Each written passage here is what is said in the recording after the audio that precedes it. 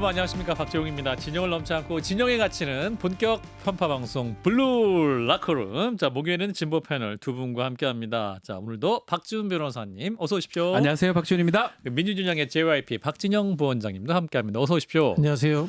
우리 박진영 부원장이 약간 살이 빠지신 것 같은데. 네네. 그죠? 여름에 좀 덜 그렇습니다.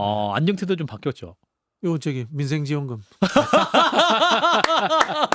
정말로? 네. 야, 쏠쏠하게 그래도 살림에 보탬이 됐군요. 아니 안경 업체가 이번에 민생지원금 혜택을 제일 많이 받다고 하더라고요. 참고하겠습니다. 참고하겠습니다. 약국도 가능해요. 약국. 예, 깜짝 놀랐습니다. 약국 대기업이 아니니까. 예, 약국도 제가 썼습니다. 그래서 뭐 사셨는데요? 뭐 양이 아주 사소한 약들을 좀 샀습니다. 사소한 약들. 미루고 미뤘던 약들. 그렇군요. 예. 이렇게 또 쏠쏠하게 네. 또 민생지원금이 잘 사용되고 있다. 자, 일단 또 우리가 또 특검 얘기를 해보도록 하겠습니다. 오늘 윤 전 대통령 2차 체포 시도에 실패를 했는데 완강히 거부했다. 부상이 우려된다는 이유였습니다. 당시 이제 현장 상황을 윤 전 대통령 변호인 측이 보고 이제 오늘 오후에 기자회견을 통해서 아주 격앙된 어조로 밝혔는데 영상을 보고 이어가겠습니다. 대통령 나이가 65세이십니다. 65세면은 노인에 해당됩니다. 10여 명이 달라붙었습니다. 젊은 사람들이 10여 명이 달라붙어서 앉아있는 대통령을 양쪽에서 팔을 끼고 다리를 붙잡고 그대로 들어서 차량으로 탑승시키려고 했습니다. 그 과정에서 완강하게 거부를 하시니까 다시 한번 앉아있는 의자 통째, 의자 자체를, 의자를 들고 그 의자에 앉아있는 대통령님을 같이 들어가지고 같이 또 옮기려고 했습니다.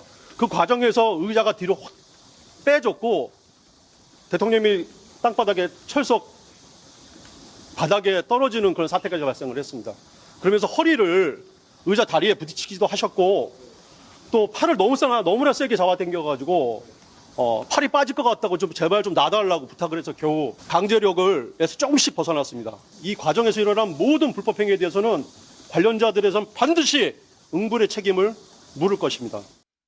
예, 굉장히 상세하게 이 윤 전 대통령 변호인 측에서 얘기를 해줬는데 아마 이제 10명 정도 가서 네.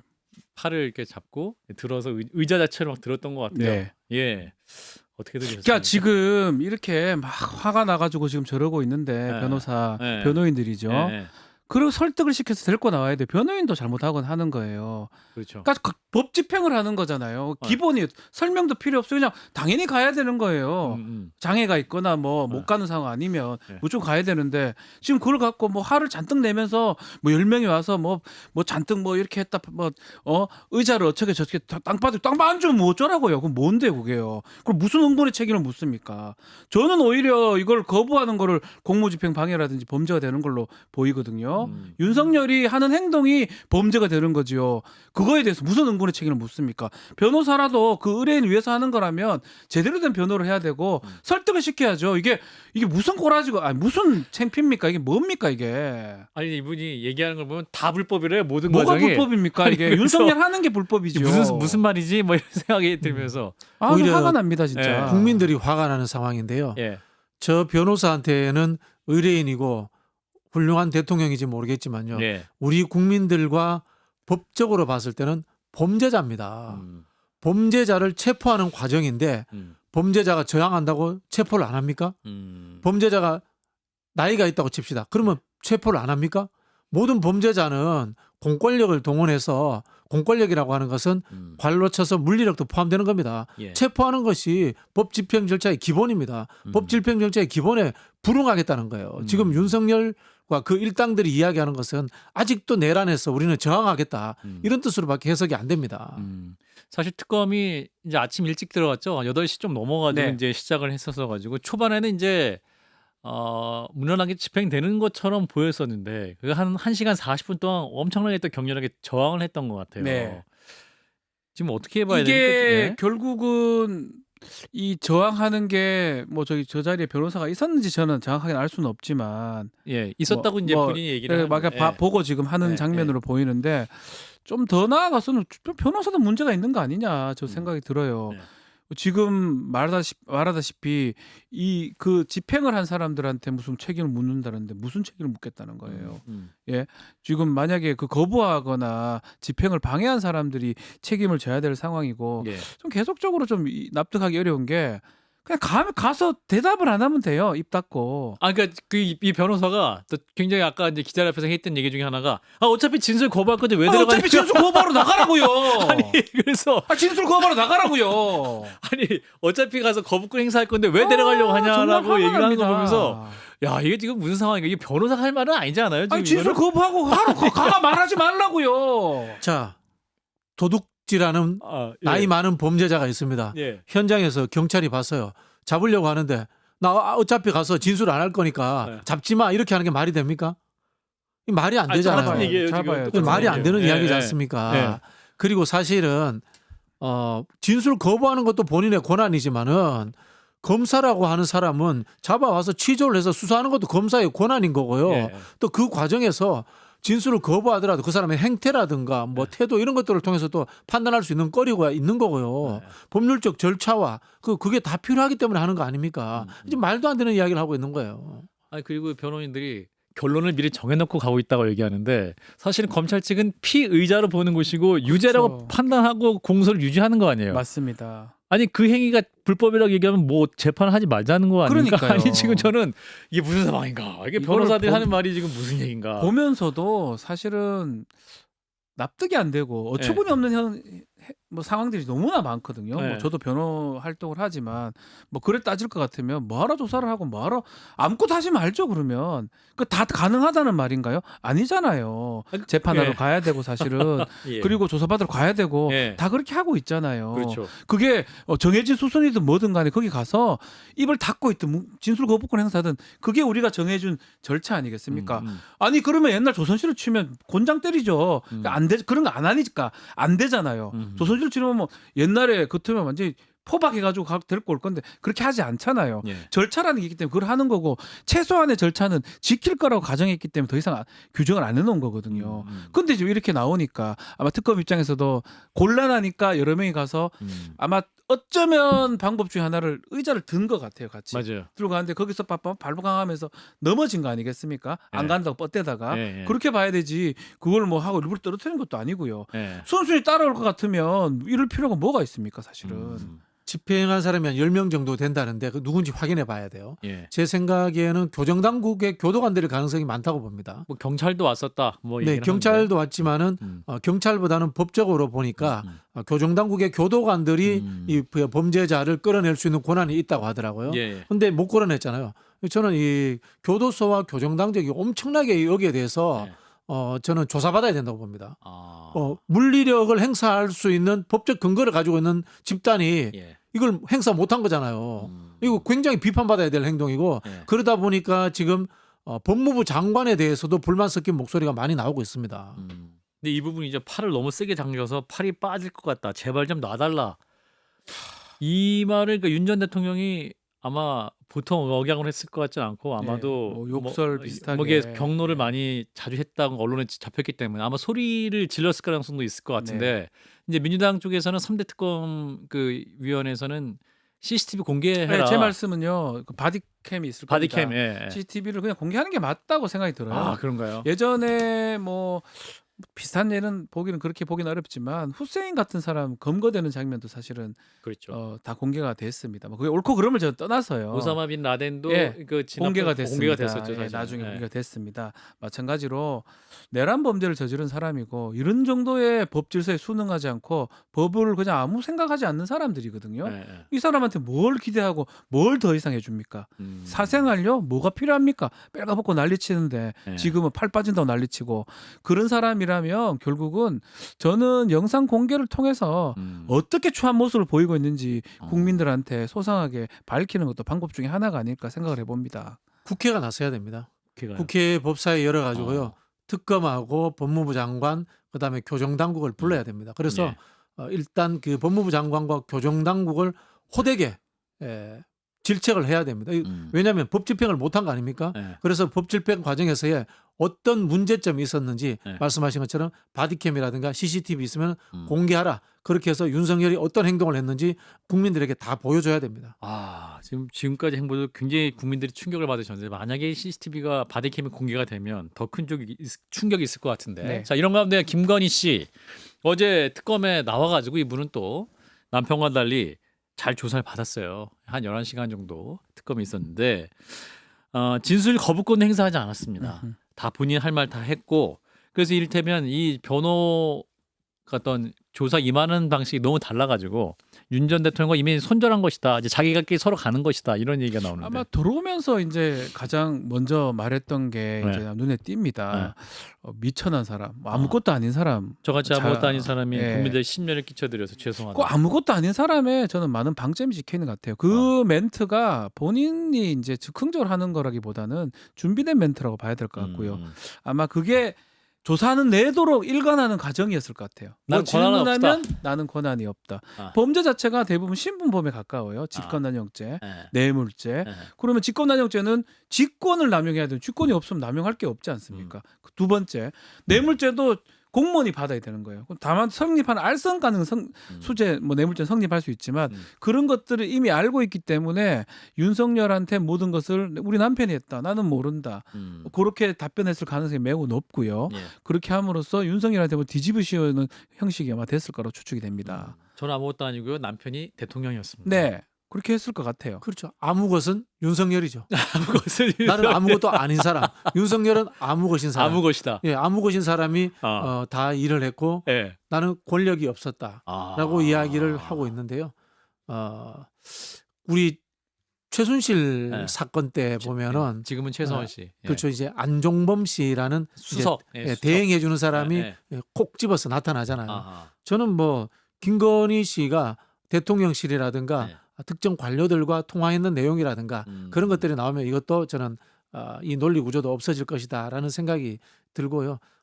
도이치모터스라든가 또는 명태균 씨 거는 녹취도 나왔고 네. 통장을 통한 이제 증거가 다 있잖아요, 그죠? 그 녹취 보면 아무것도 아닌 분이 아니에요. 그렇죠. 근데 또 이분이 윤 전 대통령과 달리 특검이 휴식 시간을 잘 보장해갖고 조사를 잘 받았다. 특검을 또 칭찬해요. 야, 그 이분이 아주 고도의 전략을 쓰고 있는 게 아닌가. 이게 뭐 진짜로 좀 칭찬을 한 건지 뭐 어떤 내용인지는 알 수는 없지만 예. 김건희의 유일한 어떤 방법은 뭐냐면 네. 체포나 구속을 면키 위해서 지금 하는 걸로 보입니다. 또 구속을 피해야 된다. 예, 구속을 피하기 위해서 이 자리에 나왔었고 도망이나 조사받으러. 증거인멸 우려가 없다. 예, 그렇게 하기 위해서 이제 이렇게 했는데 뭐 지금 벌써 지금 막 김건희 구속영장 청구를 했습니다. 그러니까 12일에 이제 그 영장 실질 심사 한다고 그래요. 실질심사 잡혀 있고요. 구속영장 청구를 했던 걸 미뤄봤을 때는 네. 이미 디지털 증거들이 매우 확실해요. 아, 목소리라든지 자신감 있다. 예, 그런 것들 때문에 확실한데 김건희는 그 자리에 가서 뭐 생글생글 웃었는지 뭔지 몰라도 자기는 아니고 남편이라 하는데 납득이 안 되는 거죠. 이 증거들하고 이거하고는 맞지가 않은 겁니다. 그렇다면 이제 그게 바로 증거 인멸 우려를 보는 거거든요. 아마 특검은 미리 이거를 준비를 했던 것 같아요. 뭐 보도에 따르면 네. 영장을 치고 기다리고 있었다고 하는데 가서 이게 왔을 때 답변할 것도 아마 예상했지 않았을까 생각이 들고요. 그래서 그거 이후에 오늘 아침에 아마 윤석열이를 새로 부르려고 했던 거는 저는 그렇게 생각합니다. 다 윤석열 뒤집어 씌웠으니까 최소한 확인은 해야 되겠다. 그 과정은 거쳐야지만이 매끄럽게 가는 거니까 그 과정을 하려고 했는데 저렇게 뭐 반항하는 바람에 지금 안 그렇죠. 됐습니다. 안 됐는데 그러면 이제 요거만으로 구속영장이 청구되고 저는 아마 발부될 가능성이 매우 높다라고 봅니다. 그렇죠. 이제 증거와 증언이 있는데 그것과 다른 거짓말을 했기 때문에 증거인멸에 우려가 있다. 뭐 법적으로는 그런 부분인 것 같고요. 저는 또 뭐 심리적인 부분도 작동하는 것 같은데 윤석열의 난동이 김건희 구속에 좀 더 편해지는 상황으로 가는 것 같아요. 법원으로서는 네. 뭐 우리 그런 이야기 하잖아요. 아하. 부부를 같이 구속시키는 부담, 뭐 아. 인도적 접근 이런 이야기를 네. 하는데 윤석열이 저렇게 난동을 피워버리면요. 아. 인도적인 고려를 해야 될 필요가 아하. 없다라고 이제 쉽게 접근할 수가 있죠. 오히려 부담을 덜어주는 부담 측면이 덜어줬다. 있으니까. 아이고 부창부수구나. 뭐 이런 생각이 들면서 쉽게 저는 구속영장 청구하고 발부도 되지 않을까 그런 생각이 듭니다. 그렇군요. 이제 도이치 관련 이제 주식 관련해서는 이렇게 부인했어요. 서울대 석사 과정 중이라 당시 주식에 신경 쓸 겨를이 없었다 이렇게 얘기를 했다고 하는데 사실 신경 쓸 겨를이 없다는 지금 굉장히 규모가 큰 주식이었는데 증거들이 다 나와 버렸어요. 예. 요거 말고도 뭐 보고서라든지 그리고 서로 교환한 메시지 같은 거 봤을 때는 다 나오기 때문에 본인이 이제 준비했던 거는 이거 같아요. 그러니까 자기 기준으로 봤을 때는 예. 공부를 하고 있었으니까 몰랐다 아니면 알 수 없었다라고 얘기하지만 그거 말고 그 증거나 그 증거를 깰 수 있는 반박할 수 있는 탄핵할 수 있는 증거들이 필요한 거거든요. 그렇죠. 본인 얘기가 아니고요. 아하. 그러니까 그런 것들은 준비를 못했던 걸로 봤을 때는 도이치 주가 조작 사건은 뭐 저는 뭐 99% 거의 끝난 상황으로 보이고요. 아 그래요. 사실은 그거 확인하려고 이제 불렀는 거예요. 아. 어떤 헛소리를 할지 아하. 이 헛소리를 한 거예요. 아하. 공부한다고 못 봤다고. 그거 들으려고 불렀던 거예요. 사실. 주가 조작을 가담하거나 알지 못했다. 그러니까 뭐 말도 안 되는 얘기이긴 하지만 특검 입장에서 그걸 확인을 해야 됩니다. 과연 이 사람은 어떻게 답변할지. 그러니까 뭐 사실 말도 안 되는 답변을 했던 거고 이거가 소명이 됐다고 보기는 어렵기 때문에 아마 범죄로 갈 가능성이 높아지 보이는 그런 상황입니다. 이게 그냥 석사가 아니잖아요. 경영학. 예, 경영 전문 석사 예. EMBA인데 예. 저 정확하게는 파악을 못했습니다만은 네. 주말에만 수업한다라고 저는 들었거든요. 이규재 큐티브 MBA니까 어떤 네. 이제 경력 많은 분들 학술 그렇죠, 과정은 그렇죠. 아니고. 예. 예. 근데 이제 주식 시장은 주중에 열려 있습니다. 그러니까 이런 석사 과정 때 주로 밤에 수업할 거예요. 아마. 그렇죠. 네, 네. 평일에 그 한다면. 하면 예. 제가 9to9 네. 석박사 예. 교수 연구동에 잡혀 있던 사람입니다. 근데도 주식에서 엄청나게 까먹었습니다. 틈만 나면 주식했습니다. 그 당시에. 네. 죄송한 얘기지만 또 국회 의정 활동하면서 주식하시는 분도 계시기 때문에. 네. 아이고 네. 죄송합니다. 주식 이야기 함부로 안 해요. 주식이 네. 한 번만 한동안 안 돼요. 됩니다.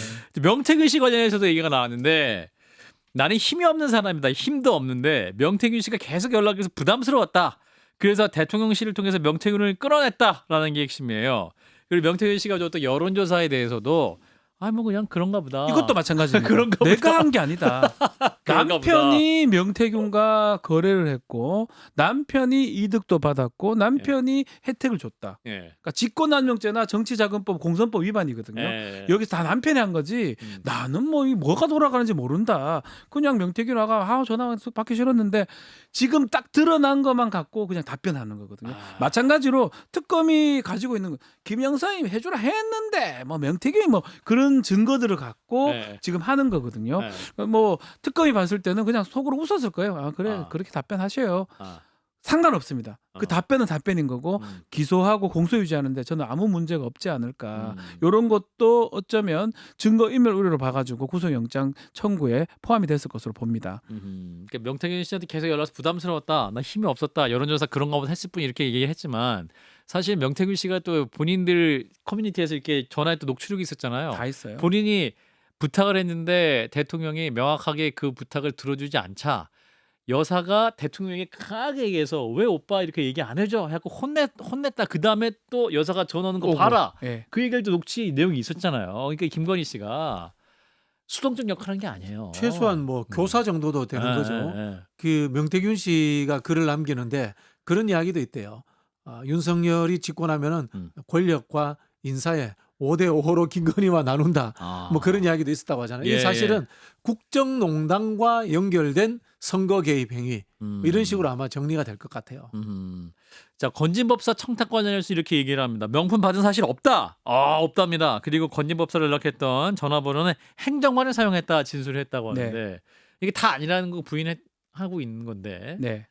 근데 막 그 전에 이미 참고 조사가 저는 끝났다고 보거든요. 예. 그래서 그 사람들이 다른 얘기를 했을 가능성이 매우 높고요. 행정관이라. 행정관들이나 아니면 정황에 안 맞는 얘기가 됐을 가능성도 높고요. 그리고 건진법사나 뭐 통일교에서 왔던 거라면 딴 사람한테 줄 이유가 뭐가 있습니까? 그러니까 그런 전체적으로 그거를 증거가 있으면 딱 깰 수 있는 증거가 반박 증거가 있어야 됩니다. 그래야지 조사 기각이 되는데. 기각을 시킬 수가 있는데 이거 사실은 그거랑 뭐 양립할 수 없는 그런 게 아니거든요. 뭐 그래 니는 그렇게 생각해라.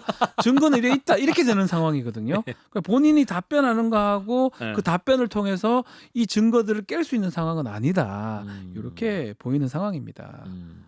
그러니까 이 혐의를 하나하나 조목조목 부인하겠죠. 부인하면서 이렇게 얘기해요.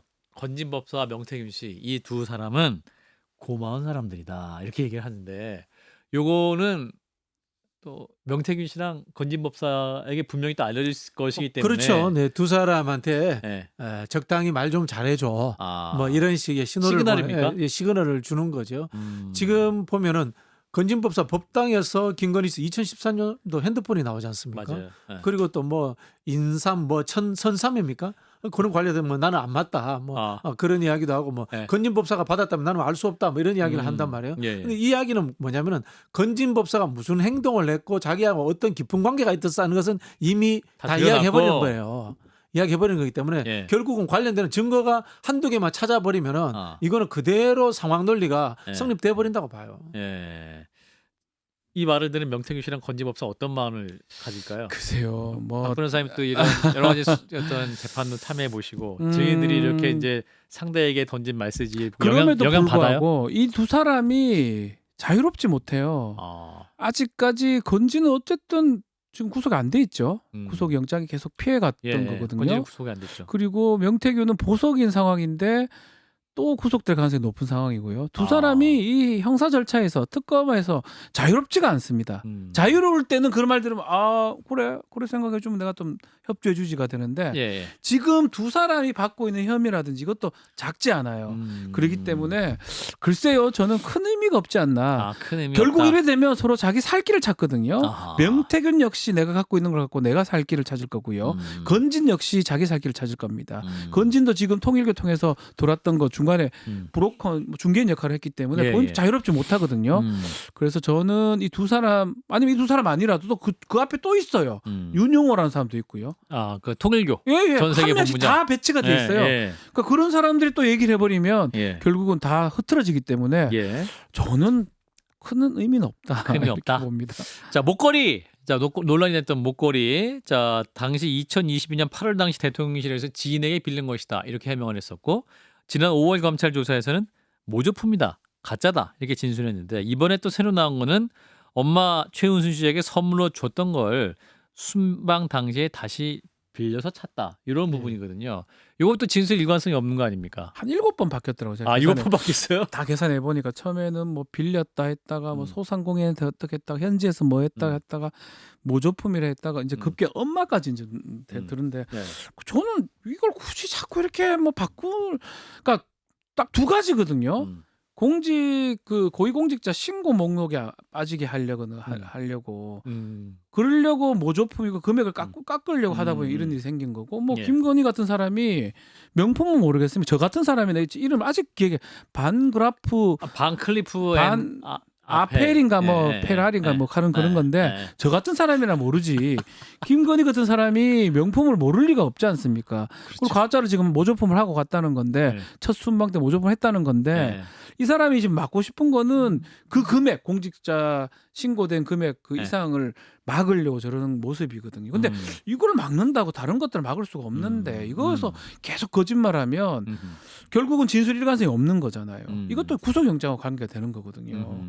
증거인멸 같이 보는 거잖아요. 예, 예. 저는 조금 납득이 안 돼요. 이거를 굳이 여기서 계속 진짜 억울해서 그러는 것 같기 싶기도 하면서 이게 모조품이 어쩌고 뭐 어쩌고 이런 말을 계속 왜 하는지는 모르겠습니다. 저는. 그러니까 액세서리가 한 세 종류가 있어요. 네. 세 종류가 있었고 이제 그 A, B, C 액세서리에서 서로 막 진술이 엇갈려가지고 맞아요. 막 헷갈리게 얘기하고 있어요. 그럼 뭐 시청자들도 헷갈려요. 네. 그래, 이 목걸이가 통일교에서 준 목걸이인지 건진이 준 나토 목걸이인지 때 했던 그죠. 목걸이인지. 나토 목걸이인지 이게 막 네. 섞이고 헷갈리거든요. 네. 사실 이거 좀 자극적인 하나의 소재인데 예. 김건희가 이걸 가지고 우리 박 변호사 이야기하신 것처럼 네. 그냥 공직자 재산 신고 문제로 접근해 버리면은 그냥 벌금으로 보내라고 하면 관련이 없어요.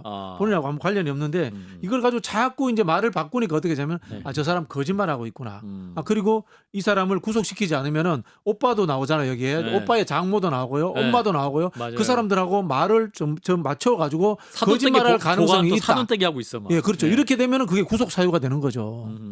그렇군요. 자, 결국 이제 특검이 소환한 지 하루 만에 구속영장을 청구를 했는데 사실 전 영부인에 대한 구속 시도는 헌정사상 처음이다. 사실은 뭐 이러한 상황도 헌정사상 누가 초유의 전 탄핵. 정부인이 이런 짓을 했습니까? 한번 예. 한 적 없잖아요. 자, 10일에 영장 실사를 한다는 거잖아요. 그럼 이제 판사가 이상민 전 행안부 장관에 대해서 영장을 발부한 분이라는 겁니다. 그러니까 이 관련 사건에서 쭉 뭔가 여러 종합적으로 판단할 수 있는 분인 것 같은데 어떻게 보십니까? 영장 발부 가능성? 저는 뭐 영장 발부하겠다고 한 순간에 이미 네. 발부될 거라고 봅니다. 아 그래요? 네네 말씀하셨지만은 네. 뭐 증거인멸의 우려라든가 아하. 밖에 있으면서 계속 말을 맞춰가지고 네. 거짓말을 만들어낼 가능성들이 충분하고요. 예. 다만 이제 우려됐던 것들이 네. 대통령 부부 둘이 구속되는 부분이다 이렇게 봤는데 윤석열 난동으로 아하. 그런 심리적인 요소까지도 다 법원이 해결되지 마음 않았나. 편하게 네, 둘 다 그렇게- 구속되라 이렇게 네. 영장 누가 발부할 저 것이다. 두 사람을 동정해 주겠습니까? 아. 그러니까 10일이라는 게 좀 그래요. 사실은 주말에도 실질 심사를 하기도 하거든요. 아, 그래요? 필요하다면. 아 빨리 해라. 그러면 사실 토요일도 가능한 거고 아. 늦어도 월요일인데 이제 화요일에 잡았습니다. 아, 예, 예. 뭐 그거는 뭐 법원의 어떤 심리 일정하고 또 음. 변호인들하고 또 논의를 했던 걸로 좀 생각이 들고 예. 어쨌든 간에 그 10일까지 이제 시간을 주는 건데 뭐 그날 아마 저는 구속될 가능성이 매우 높다. 극도로 높다고 얘기할게요. 극도로. 아 극도로. 이게 귀각을 하면 그게 더 신기할 것 같아요. 음흠. 귀각이 될 수 없을 아마 12일 날 오전에 실질 심사가 하면 저는 의외로 새벽까지 갈 것도 아닌 것 같아요. 통상은 좀 중요 사건이면 예. 영장 판사가 뭐 1시나 12시나 그 다음 날 넘어서 이제 좀 하거든요. 미리 해놓긴 하였지만 그때쯤에 공표가 됩니다. 예. 발표가. 이번에는 저는 뭐 9시, 8시쯤에 바로 발표가 되지 않을까. 아, 그럼 아예 그 다음날 갈 것도 없이 그냥 네, 10일 네. 저녁에 네. 바로 나올 것이다. 예, 이건 구속 안 시킬 수가 없는 상황 아닌가. 아, 그렇게 그래요. 보여요. 근데 여기서 또 이 지금 혐의가 너무 많다. 너무 많은데 이렇게 하는 것은 뭐랄까 하나 딱 떨어진 게 없어서 이렇게 막 여러 개 나열한 거 아니냐라는 얘기하는 그거는 그거 바라는 사람들이 그쪽 바라는 그쪽 사람들 바라는 얘기다. 사람들 아직까지 뭘 바라고 있는지 몰라도 그렇게 뭐 안 보여요. 그런 사람들도 참 답답해요. 아. 뭐 편을 들려는 건지 아니면 네. 진짜 걱정하는 건지 근심인지 몰라도 네. 아니 너무 많아요. 너무 많다. 너무 많고 저는 이거 장담하건데 네. 지금 한 게 10분의 1도 안 되거든요. 아. 만약에 6개월 지나면 또 구속 필요하잖아요. 연장. 네. 몇 번 더 해도 돼요. 아, 그래요. 원래 6개월이면 사실은 끝내야 되는데 우리 형사 절차에서 네. 못 끝내게 되면 추가의 추가 영장을 영장이죠. 내야 되잖아요. 네. 제가 봤을 때 추가형 5번 더 낼 수 있어요. 저는 그렇게 봅니다. 아. 지금 드러난 거는 아주 극소수고 아. 매우 많아 보입니다. 그리고 다 모두 커 보이거든요. 아하. 무슨 딴소리를 엉뚱한 소리 바라는 건지 몰라요. 그 사람들이. 아, 그것은 그냥 구속됩니다. 걱정하지 마세요. 뭘 그걸 걱정하시노. 희망에 불과하다. 희망이다. 예. 자, 특검 관련 얘기를 해봤고요. 자, 이어서 법무부가 오늘 이제 광복절 특사 사면 심사위를 열었습니다. 예, 무엇보다 이제 이 광복절 특사 논의가 또 많이 관심 높은 이유는 조국 전 혁신당 대표의 사면에 대한 관심이 높기 때문인데 일단 대통령실의 입장 영상을 보고 이어가겠습니다. 네, 2시에 사면위원회가 열리는 것으로 알고 있습니다. 일단 사면위원회가 열리고 나서 어떤 그 사면 대상들이 있는지는 알 수 있겠고요. 그리고 국무회의를 거쳐서 사면 대상들이 의결이 되고 난 이후 공식 발표를 하게 됩니다. 그 과정에는 최종적인 대통령의 사면권 행사에 대한 결심이 있게 되는데요. 그때까지는 저희도 최종적으로 알긴 어렵고 국무회의 의결과 그 이후의 결정 과정을 통해서 저희도 발표될 즈음 확정된 명단을 알 수 있을 듯합니다. 아하, 자 강유정 대통령실 대변인의 이제 사면 관련 이야기입니다. 저희도 잘 모른다 이렇게 이제 소극적으로 이렇게 말씀하시는 것 같은데, 자 일단은 조국 전 대표 특사 관련해서 이제 국민의힘은 굉장히 강력하게 비판하고 있습니다. 관련 재판만 한 5년 걸렸는데 그 7개월 수감한다면 사면하는 게 말이 되냐, 뭐 이런 비판입니다. 어떻게 보시는지. 아마 사면 대상자는 올라간 것 같고요. 아직 아. 확정되진 않았던 것 같습니다. 아마 음. 그게 가장 좀 문제가 되겠죠. 아마 징역 2년형을 받은 걸로 제가 맞습니다. 확정된 걸로 예, 알고 2년. 있는데 네. 이제 지금 7개월, 온 8월 달까지 있으면 이제 12월 들어갔으면 7개월, 8개월 예, 정도 그렇죠. 수감 절반도 8개월째. 안 살고 이제 가는 거 아니냐 이제 이런 음. 비판들이 있을 거고. 예. 글쎄요, 이게 뭐 예전에 정봉주 전 의원이 아하. 사면됐을 때는 아하. 그 범죄 자체가 그 재심 절차를 아마 안 거치더라도 예. 범죄가 없는 것처럼 됐을 때는 아하. 그런 거는 상관없이 복권이 사면이 좀 가능한데 지금 아직 그 단계는 아니지 않나. 아하. 그래서 지금 논란이 계속 되는 것 같습니다. 아하. 정권이 바뀌었고 조국 일가가 그 윤석열 피해자라는 건 뭐 우리 공지 사실을 국민들이 다 알고 있지만 예, 예. 과연 그 범죄가 아예 없었던 건가 이런 부분에 대해서는 아하. 아마 논란이 계속 되고 있는 거거든요. 그래서 저는 끝까지 좀 계속 쟁점이 되지 않을까 아하. 결정 날 때까지 그렇군요. 지켜봐야 될 것 같아요. 그 대통령으로서 좀 고민이 될 만한 될 부분이- 수밖에 없죠. 왜냐하면 사면을 통해서 그러니까 국민 화합 같은 걸 하려고 사면을 하는 거거든요.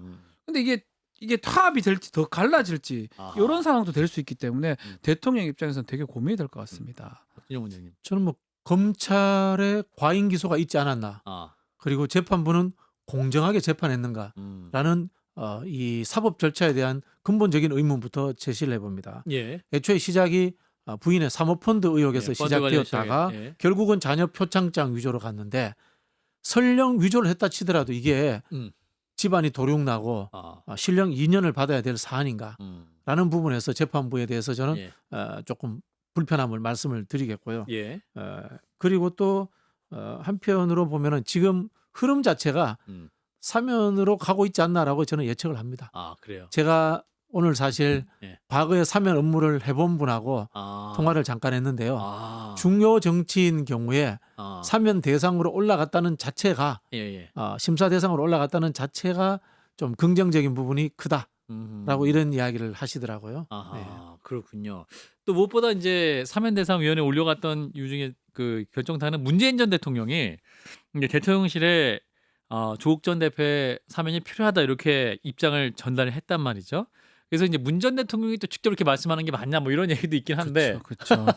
문 전 대통령이 이제 이게 또 어쩌면 정치 개입으로 또 아, 보일 그런가요? 수가 있습니다. 보일 아, 수 있어요. 사실 근데 문재인 전 대통령이 이렇게 또 직접 나서는 스타일 아니잖아요. 그렇죠. 예. 이제껏 나선 적이 거의 없었어요. 없지 않나요? 이렇게 사면을- 내란이가 예, 나고 예. 난리가 났 때까지 그렇게 그게 없었던 것 같은데 저 여기는 나서는 게 이제 개인적인 어떤 그런 건지 나쁜 손가락이다 말씀하셨어요, 예, 사실. 개인적인 문재인 건지 대통령은. 뭐 또 네네. 어떤 사명감, 소명 의식 때문에 하는 건지 뭐 그거는 이제 알 수는 없지만 이재명 대통령 입장에서는 더 부담이 한층 가중이 되는 거죠. 그러니까 사면이라는 건 그래요. 대통령의 고유 권한입니다. 예. 그렇기 때문에 부담스러운 거예요. 그렇죠. 뭔가 딴 사람들이 해가지고 내가 도장 찍고 이런 거라면 예. 약간 책임이 전가될 수도 있는 거거든요. 네. 이거 관련해서는 고스란히 모든 책임은 대통령이 져야 되는 이재명 대통령이 거거든요. 간다. 옆에서 누가 뭐 어떤 말을 하든 간에 대통령이 아마 지금 저도 휴가 중인데 예. 여러 가지 고민거리 중에 이것도 하나 고민거리가 될 거예요. 어. 사면이야 어쩌면 언젠가는 당연히 해야 되는 일인데 예. 그 시점이 지금이 하는 게 과연 이 전국에 풀어나가는데 도움이 될지. 제가 이제껏 사면할 때 보면 전국을 풀어가기 위해서 사면했던 적이 있거든요. 또 사면을 잘못했을 때 전국이 완전히 확 꼬일 수도 있기 때문에 그런 고민까지 아마 대통령은 하지 않을까 생각을 해봅니다. 오늘 이제 MBS 조사로는 이제 대통령 국정 어떤 수행에 대한 지지도 한 65%로 지난주보다 한 1% 오른 걸로 나오긴 했습니다만 우리 박진영 원장님은 이재명 대통령 고민은 어떻게 하실 것 같으세요? 저는 사면할 가능성 더 높게 보세요. 높다고 봅니다. 아유, 그렇군요. 문재인 대통령 말씀을 좀 드리자면요. 네. 우리 그 민주당이나 조국 대표 지지자들은 문재인 대통령한테 섭섭함이 많죠. 이런 부분에서. 그렇구나. 이게 이른바 1차 윤석열의 난 아닙니까? 그때 검찰총장이 검찰총장 날렸었으면 그렇죠. 여기까지 안 왔을 그렇죠. 것이다. 그런 이제 생각이 있고요. 두 번째는 문재인 대통령께서 네. 우상호 정무수석에게 네. 이런 말씀을 전했다는 게 어디를 통해서 흘러나왔을까? 이거 유추해 보면은 네.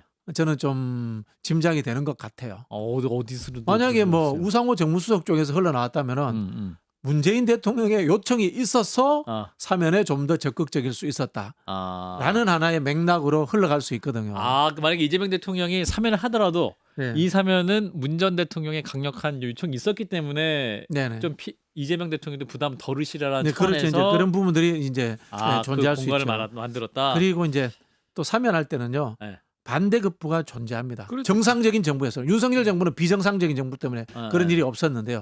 쉽게 말하면 반대급부. 조국 대표를 사면하면은 국민의힘 계열 쪽이라든가 경제계 쪽에도 비슷한 성격을 가진 사람, 뭐 이렇게 애매한데 좀 억울해 보이는 사람, 이런 사람들을 같이 반대급부로 사면하기도 하고요. 그런 부분들하고도 이렇게 좀 종합적으로 접근이 될 것 같아요. 그래서 뭐 그 부분이거든요. 네. 사면이 거대 사면이 돼버리면 집권한 지 지금 2개월밖에 안 됐어요. 오래 안 됐죠. 그렇죠. 네.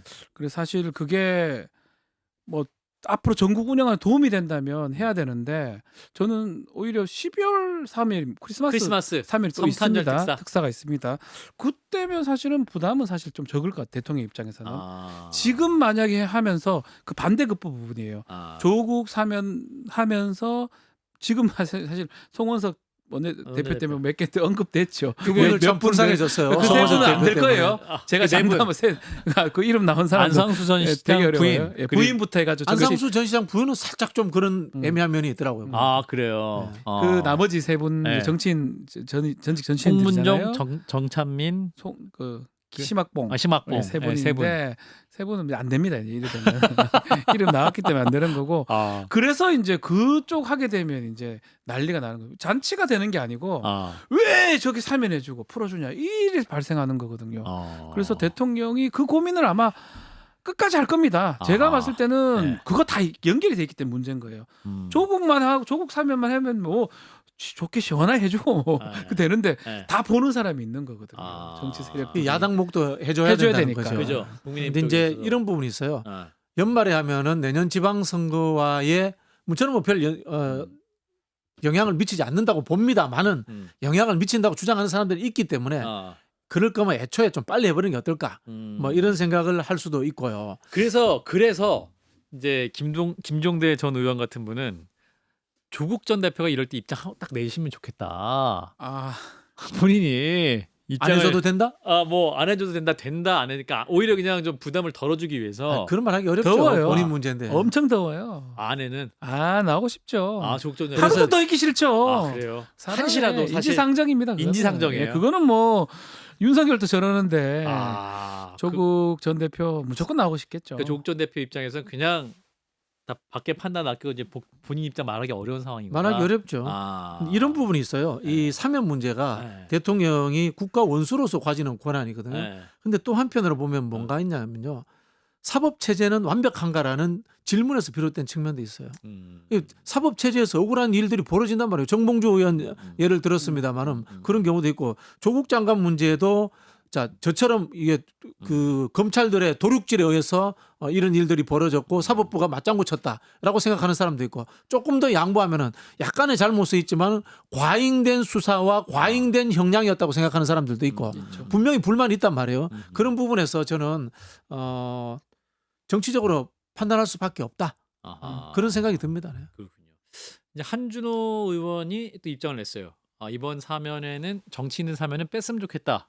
한준호 여기 이제 그 제가 말했던 예. 그 맥락입니다. 예. 그 정치인 사면 했을 때의 예. 후폭풍이 없을 수 없거든요. 아마 그 부분을 한준호 최고는 예. 생각을 하지 않을 수 없는 것 같아요. 그러니까 어쩌면 또 한준호 의원 입장에서 대통령의 부담을 또 덜어주는 그 그래서 메시지라고 봅니다. 본인이 그래서 그냥 총대 메고 또 이번에 예, 얘기한 누구라도 것이다. 해야 돼. 지금 보면 이 백가쟁명처럼 누군 사면해달라 하지 말라. 그렇죠. 여러 이런 메시지가 가지 나와야 돼요. 예. 그러니까 거기서 대통령이 사실 외로울 거예요 할 때. 그렇죠. 외롭죠. 이걸 해줘도 문제고 안 해줘도 문제거든요. 그렇죠. 그리고 나만이 할 수 있고 나만이 결정할 수 있는 거기 때문에 자, 그 고민들을 조금 들어주기 위해서 아마 한준호 의원이 말씀을 하신 게 아닌가. 저는 그렇게 일단 생각도 저는 들어요. 뭐 대규모 민생 사면이 이루어졌으면 좋겠습니다. 민생 관련해서는 네네. 그 윤석열 정부 거치면서 감옥이 꽉꽉 찼답니다.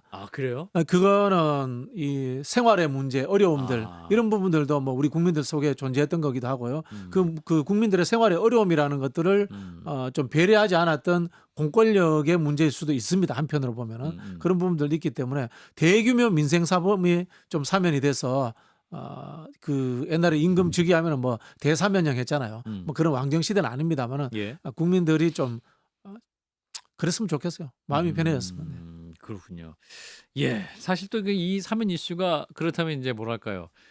조국 전 대표 문제는 사실 또 같은 진영 안에서도 분열을 일으켰던 이슈이기도 했기 때문에 이번 사면 이슈 역시 좀 뭐랄까 어떤 결정이 나오냐에 따라서 또 하나의 진영 내 분열의 이슈가 될 수도 있을까요? 그게 사실은 좀 이른바 민주당 또 강성 지지자는 반대하는 분들이 또 있는 것 같아요. 반대. 조국혁신당이잖아요. 조국혁신당, 민주당, 네. 또 이른바 친문, 예. 요 삼각적 구도로 같은 거예요. 아. 똑같은 목소리 내기 어려운 상황인 것 같기도 해요. 거기에다가 또 국민의힘 지지자가 또 있고요. 예, 예.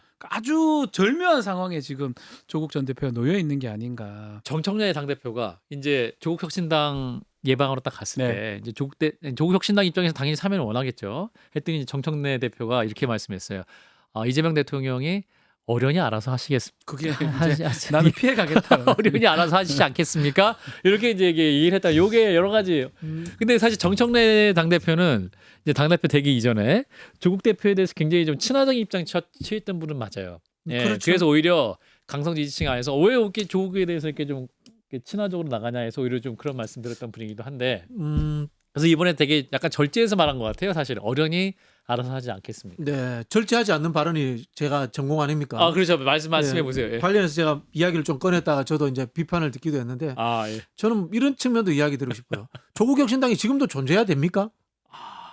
라는 쇠빙선이잖아요. 쇠빙선. 예. 쇠빙선 끝났잖아요. 그죠? 그러면은 저는 탄핵했다?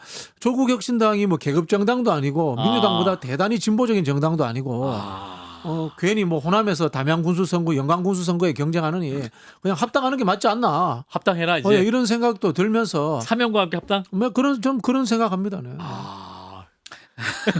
아마 여기에 대해서 이제 비판적인 댓글이 우리 박지민 변호사님이 웬만하면 또 이렇게 받아주시는데 아니, 비판적인 댓글이 아까 얼굴 빨개졌어. 아니, 뭐 달릴 수 있습니다만은 제가 정당 이론가로서 봤을 때 그래요. 조국 혁신당이 지금 특별히 따로 저렇게 존재해야 될 이유가 별로 없어요. 민주당과 무엇이 다른데? 그러니까 궁극적인 열린민주당 예전 그 딜레마도 똑같거든요. 그렇긴 했어요. 사실. 열린민주당도 합당을 했지 않습니까? 최강욱 대표로 해가지고 마찬가지로 그 존재에서 네. 차이점이 크게 차별화가 안 돼 있거든요. 그렇죠. 조국 혁신당이 들으면 마음이 불편할 수 있지만 네. 거의 같거나 뭐 다르지 정권이 않습니다. 시작되면서. 예. 정권이 시작되면서. 그렇기 때문에 그런데 윤석열이 이제 무너진 상황이라면 사실은 더 이상의 그 어떤 정당으로서 뭐 다른 지금 정의당으로 다시 돌아갔나요? 아주 색깔이 다르지 않습니까? 그렇죠. 그러니까 당이 다른 거는 당연히 있어야 되지만 그런 의미에서 아마 우리 박지원 평론가 말씀을 하신 걸로 저는 이해를 하고 있습니다. 그래요. 자, 아무튼 대통령의 고민은 이제 휴가 이후에 어떻게 결정이 될지 저희가 또 결론 난 이후에 우리가 아마 또 말씀을 나눌 수 있을 것 같습니다. 자, 오늘은 여기까지. 더운데 건강 조심하시고 다음 시간에 뵙겠습니다. 여러분 고맙습니다.